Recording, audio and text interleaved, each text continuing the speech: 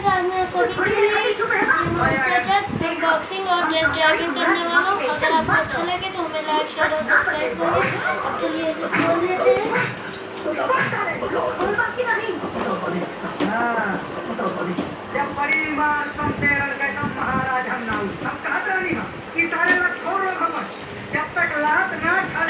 ये देखिए, ये है हमारी मोटरसाइकिल और ये इसका रिमोट।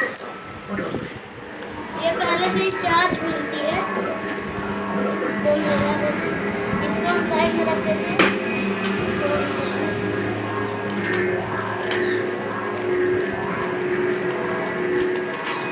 इसकी पहिया में हवा भरी है, ये देखिए इसकी पहिया एकदम इसमें हवा भरी रहती है, इसलिए एकदम ये पिचपिची होती है, इसलिए पत्थर पे भी चल सकती है। देखिए इसका रिमोट ये है 2.4 RJ8 का।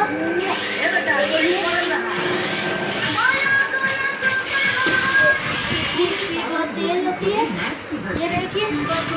और ये 4x4 होती है, यानी कि इसकी चारों पहिया जो है होती है वो काम करती है। ये देखिए, इसकी नेक्स्ट वीडियो में, अभी तो बारिश हो रही है, इसकी नेक्स्ट वीडियो में हम आपको इसको पत्थर में और पानी में उड़ा के दिखाएंगे। अगर आपको अच्छी लगी तो हमें लाइक शेयर और सब्सक्राइब करें। Thank you.